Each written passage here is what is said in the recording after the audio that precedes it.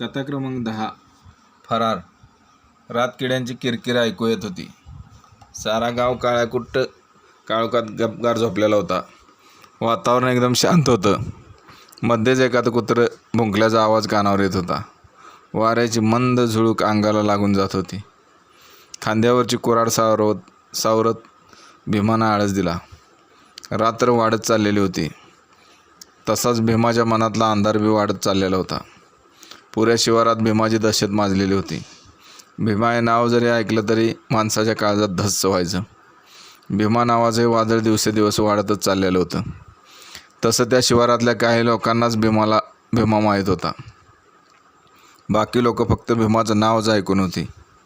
भीमाचं शरीर तसं सडपातळच होतं, पण त्याच्या अंगातली रग मात्र रेड्यासारखी होती. दिसायला काळाकुट्ट गडी. अंधारात उभं केलं तर दाताशिवाय काहीच दिसणार नाही असा भीमा, पण लय जिगरबाज गडी होता. त्याच 5 वर्षापासून पोलीस त्याच्या मागावर होतं, पण भीमानं आत्तापर्यंत त्यासनी चकवा दिलेला होता. कधीच ते लोक त्याच्या जवळपास बी पोचलेली नव्हती. भीमाला भूतकाळ जसाच्या तसा आठवत होता.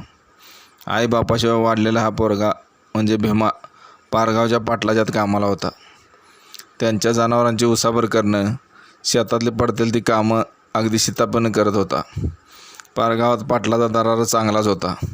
पाटलाकडे साऱ्या गावातली भांडणं मिटवणं, घरगुती वाद मिटवणं असली कामं यायची.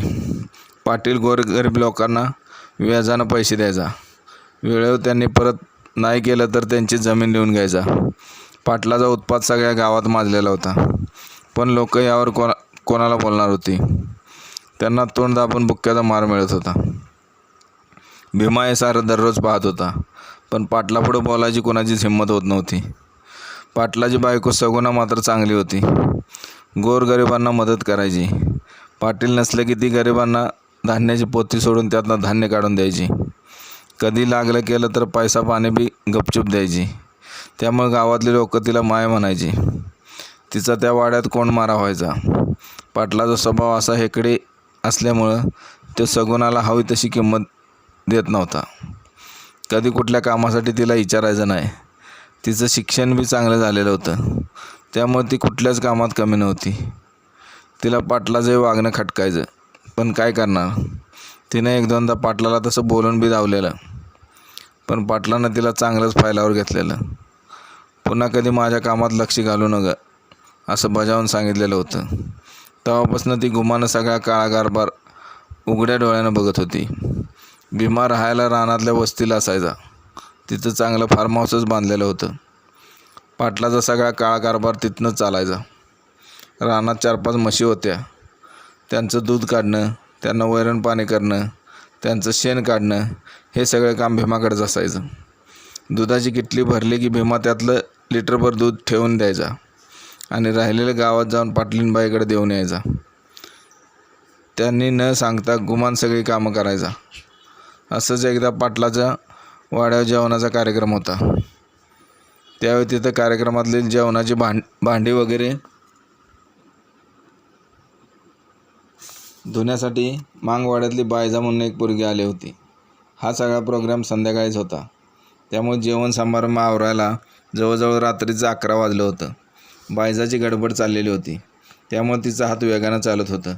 सगुणाही तिला मदत करत होती. इकडं पाटील दारूचं पॅकवर पॅक रजवत होतं. रात्र जशी वाढत होती तशी पाटलाची नशा वाढायला लागली होती. जेवणं आवरली होती, त्यामुळे वाड्यावर पाटलीनबाई, सगुणा व बायजाई तिघच होती. पाटील असंच दारू पीत बाहेर आला तर त्याची नजर बायजावर पडली आणि मग काय दारूचा अंमल चांगलाच चढला होता. त्यात बायजाला पाहिल्यावर पाटलाच्या मनातला सैतान जागा झाला. तो एकटक बायजाकडे पाहू लागला. तवर सगुणाची नजर पाटलाकडे गेली. पाटलाचा तो अवतार बघून ती बायजाला म्हणाली, बायजा अगं उशीर झाला आहे, तू जा घराकडं. आणि ही भांडी हो, भांडी घासते मी, पर तू जा आणि जाताना ते पातेल्यातलं मटण घेऊन जा. म्हाताऱ्याने तू खाशीला. तशीच ठेवा मग भांडी, मी सकाळी येते भांडी घासायला. बरं तू जा आधी. होय म्हणत बायजा उठली व हात धुवायला लागली, पण इकडं पाटील पुरता पेटलेला होता. त्यानं पुढे जाऊन बायजाचा हात धरला. बायजानं हात सोडवण्याचा प्रयत्न केला, पण त्याच्या ताकदीपुढे तिची ताकद थिटी पडू लागली. सगुणा हे सारं पाहत होती. काय करावं तिला कळत नव्हतं. ती पाटलाला समजावण्याचा प्रयत्न करत होती. पाटलानं हाताचा दणका सगुणाला दिला. तशी ती हातभर लांब बाजूला पडली. तिचं डोकं जवळ असलेल्या खांबाला धडकलं. ती कळवळून उठली. तिच्या मनात आलं, उगाच आपण बायजाला बोलावलं. आपण बोलावलं नसतं तर आज तिच्यावर हा बाका प्रसंग आला नसता. पण आता विचार करून उपयोग नव्हता. ती पुन्हा धडपडत उठली व बायजाला सोडवायला गेली. तवर इकडं भीमा रानाला पाणी द्यायचं म्हणून उजेडासाठी कंदील न्यावं म्हणून आलेला होता. तर समोरचं दृश्य बघून तो चक्रावूनच गेला. दारातनंच तो हे सगळं बघत होता. पाटलानं बायजाला धरलं होतं. ती त्याच्या मिठीतनं सुटण्याचा प्रयत्न करत होती. सगुणा पुन्हा बायजाला सोडवायला आली तर पाटलानं जवळ पडलेलं पितळेचं पातेलं उचललं व सगुणाच्या डोक्यात हाणलं. सगुणाच्या डोसक्यातनं रक्ताच्या चिकळ्या उडाल्या. एवढ्यातच ती जमिनीवर पडली. तसा गप उभा राहिलेला भीमा धावूनच गेला. त्यानं पाटलाला ढकलून दिलं आणि बायजाची सुटका केली. बायजा पळतच वाड्यातनं बाहेर पडली. तिची आबरू वाचली होती, पण तिला मालकिनीची काळजी वाटायला लागली. अशातच तिनं घर गाठलं. धापा टाकतच बायजा घरात पोचली. म्हातारी अजून जागीच होती. काय झालं बायजा, अशी दमल्यावानी काय दिसतेस? कुठं काय म्हणत तिनं म्हातारीशी बोलण्याचं टाळलं. म्हातारी कानोसा घेत होती, पण तिला काय समजत नव्हतं. बायजा आली तशी अंथरुणावर पडली. बायजाच्या घरात दुसरं कोणीच नव्हतं. आईबा लहानपणीच कुठल्या तरी आजारानं वारलेलं, त्यामुळे म्हातारी व ती दोघीच घरात असायच्या. इकडचं तिकडचं काम करून बायजा म्हातारीला जगवत होती. तिचं लग्नाचं वय झालेलं होतं, पण कोण बघणार नव्हतं. म्हातारीला बायजाची काळजी लागून राहायची. इकडं सगुणा निपचित पडलेली होती. माय माय करत भीमानं तिला हाका मारल्या, पण ती उठत नव्हती. तिची हालचाल होत नव्हती. रक्ताचा पाटच वाहत होता. घरातल्या 4-5 फरशा रक्तानं माखल्या होत्या. तिची हालचाल होत नसल्याची पाहून भीमा पुढे जात होता. तवर पाटील गरजला, माझ्या घरातनं बाहेर हो. आजपासून तुझा ह्या घरातला संबंध संपला. जा, तुझं तोंड काळं कर. आता मात्र भीमाचा नाईलाज झाला होता. मालकिनीची अवस्था बघून त्याला तिथनं जावंसं वाटत नव्हतं, पण पाटलाचा राग पाहता त्यानं तिथनं जाणंच बरं समजलं. सगुणाचा जीव कधीच गेलेला होता. पाटलाच्या मनात दुसराच विचार खेळत होता. काय करावं आता, असा विचार करत ते बराच वेळ खुर्चीत बसून राहिला. आणि मग घरातलं कपाट उघडलं. त्यातली कापडं बाहेर काढून इसकडून टाकली. दागिने ठेवलेली पेटी काढली व बाहेर जाऊन परसदाराला नारळाच्या झाडाखाली एक खड्डा काढून त्यात ती पेटी पुरून ठेवली. मग घरात येऊन जोरानं ओरडायला लागला, माझ्या बायकोला मारलं, पकडा त्याला, माझं सोनं चोरलं. त्याचा आवाज ऐकून गावातली बरीच लोक धावत आली. पाटलाच्या वाड्यासमोर एकच गर्दी उसळली. जो ते आपसापसात कुजबुजत होता. पाटलानं सगळ्यांना सांगितलं की भीमानं घरात चोरी केली. सगळं सोनं चोरून नेलं आणि पाटलीनबाईनं त्याला चोरी करताना बघितलं म्हणून तिच्या डोक्यात काठी मारून ते पळून गेला. मी कालवा झाला म्हणून उठलो तवर भीमा पळून गेलेला होता. मग पोलिसांना कळवण्यात आलं, पण गावातल्या लोकांना ही गोष्ट पटत नव्हती. काहीतरी काळेभर पाटलानंच केलं असावं असा त्यांचा कायस होता. सगळ्या गावात चर्चा सुरू झाली, पण कोणालाच हे खरं वाटत नव्हतं की भीमानं चोरी केली असेल किंवा त्यानं पाटलिनीचा खून केला असेल. हा म्हणता ही बातमी साऱ्या गावभर पसरली. भीमाला बी ही बातमी समजली. तेव्हा तर त्याच्या पायाखालची जमीनच सरकली आणि तेव्हापासून भीमा फरारच झाला. त्यानं मनात एकच चंग बांधला होता, पाटलाला संपवायचंच. भीमा वाट बघतच होता, कधी पाटील गावतोय. पण पाटील बी सावध होता, कारण त्याला माहीत होतं खरं काय घडलं आहे हे 3च माणसाला माहीत आहे. एक भीमा, दुसरी बायजा आणि तिसरा पाटील. स्वतःसाठी तर त्यानं भीमावर हा आळ घेतलेला होता. भीमाचा कायमचा काटा काढायचा त्याचा मूळ हेतू होता आणि बायजा आपली आबरू जाईल यामुळे ती गप्पच राहणार होती हेही पाटलाला माहीत होतं. त्यामुळे पाटलाची चाल बरोबर बसलेली होती. तो आता फक्त भीमा सापडण्याची वाट बघत होता. पण भीमा काय पोलिसांच्या हाताला लागत नव्हता. तो पाटलाच्याच उसात लपून बसलेला होता. पाटलाचा ऊस चांगला 5-6 एकर होता आणि इथं भीमा असेल असं कोणालाच वाटत नव्हतं. एकदा बायजा अशीच रात्री घरात विचार करत बसलेली होती. त्यावेळी भीमा हळूच दाराजवळ येऊन पोचला. रात्र बरीच झालेली होती. भीमानं हळूच दारावर टकटक केली. बायजाच्या अंगावर काटा आला. कोण असेल ह्या येळेला? दारापाशी जाऊन तिनं कानोसा घेतला. तोवर भीमानं आवाज दिला, ओरडू नगस, मी भीमा आहे. काय? असं म्हणत तिनं दार उघडलं. 4 दिवस झालं पोटात अन्नाचा कण नाही. पुढं काही बोलायच्या आत बायजा लगबगीनं आत गेली. टोपल्यात 1.5 भाकरी राहिलेली होती. ती तिनं हातात घेतली. त्यावर चटणी घातली आणि भीमा पुढं आणून दिली. भीमा दबक्या आवाजात बोलला, तुला माहीतच आहे मी काही बी केलं नाही.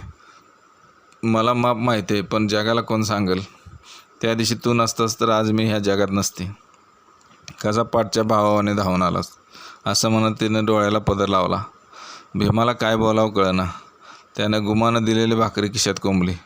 जाताना बायजाला म्हणाला, तू मला भाव म्हणलीस, तुला काय लागलं सवरलं तर कवा बी मला बोलव. असं म्हणत भीमा अंधारात दिसेनासा झाला. बायजा अंधारात उगाचच बघत राहिली. कुत्र्याच्या भुंकण्याचा आवाज येत होता. तिच्या काळजात धस्स झालं. तिनं दार लावून घेतलं. 8 दिवस गेलेलं होतं, पण अजून भीमा काही पोलिसांनी गावलेला नव्हता. बायजाशिवाय कोणालाच माहीत नव्हतं भीमा कुठं आहे ते. साऱ्या गावात चर्चेला उधाण आलेलं. भीमा गाव सोडून पळाला. आता तो कधीच गावणार नाही. पाटील तर पुरता हादरलेला होता. कुठे गेला असेल भीमा? खरंच तो गाव सोडून पळाला असेल असा त्याचाही कायच झालेला होता. आता तर तो बी बिंदास झालेला होता. भीमा कसा तरी दिवस पुढे ढकलत होता, पण बायजा मात्र भीमाला जेवण पुरवत होती. रोज ती धुणं धुवायला जाताना पाटलाच्या उसाजवळनं जायची. जाताना पातळात गुंडाळलेलं भाकरीचं गठडं उसात हळूच टाकून द्यायची. भीमा तिथनं भाकरी घेऊन जायचा. कधी तर तिच्याबरोबर बोलायचा. त्याच्या मनात एकच विचार सारखा यायचा, पाटलाचा जीव घेतल्याबगैर त्याच्या मनाला समाधान मिळणार नव्हतं. तो फक्त वाटच बघत बसत होता पाटील माळ्याकडे येण्याची. आणि एक दिवस पाटील असाच गाडीवरनं माळ्याकडे आला. माळ्यातल्या वस्तीजवळ गाडी लावली. बऱ्याच दिवसानंतर तो आज माळ्याकडे आलेला होता. उसाच्या रानावर नजर फिरवत असताना अचानक उसाच्या रानातनं काहीतरी पळत आल्याचा आवाज आला. एखादं जनावर असेल म्हणून पाटलानं जास्त लक्ष दिलेलं नव्हतं. तवर भीमा फरशी कुऱ्हाड घेऊन पाटलाच्या समोर उभा राहिला. पाटलाचं धाबं आणलं. त्याला आता पळता भय थोडी झाली. भीमाचा तो अवतार बघून त्याचं सारं अंग घामानं डबडबलेलं होतं. माझं चुकलं भीमा, मी तुझ्यावर आळ घ्यायला नको होता. नेहमी मालक म्हणणारा भीमा आज रागानं लाल झालेला होता. पाटील, जे व्हायचं ते झालं. आता बोलून काय बी उपयोग नाही. अरे परतो असं मनात राग कालवून घेऊ नगस. पाटील, तुमच्या घरची भाकरी मी खाल्ली होती, पण ज्या माऊलीनं भाकरी करून घातली तिला तुम्ही मारलं, तर तुम्हाला सोडून कसं चालेल? असं म्हणत भीमानं हातातली कुऱ्हाड पाटलाच्या मानावर जोरात हाणली. तसा पाटील कोलमडून खाली पडला. त्याला ओरडायला बी फुरसत मिळाली नाही. भीमानं रागाच्या भरात 3-4 वार त्याच्या डोक्यावर घातलं. थोड्या वेळात पाटलाचं थरथरणारं शरीर शांत झालं. आता भीमानं सगळ्या गावाला पाटलाच्या अत्याचारापासून वाचवलेलं होतं. अख्ख्या गावाला पडलेल्या काळ्या सापाच्या विळख्यातनं कायमचं सोडवलेलं होतं. त्या दिवसापासून भीमा आज इथं उद्या तिथं असा भटकत होता, पण सगळ्या गावानं त्याला आधार दिलेला होता. प्रत्येक वेळी पोलीस गावात आलं तर गावातली लोक त्याला पळून जायला मदत करत होती, त्याला लपायला मदत करत होती. बायजाला तर आता भीमाचा आधारच मिळाल्यामुळं तिनं दारूची भट्टी चालू केलेली.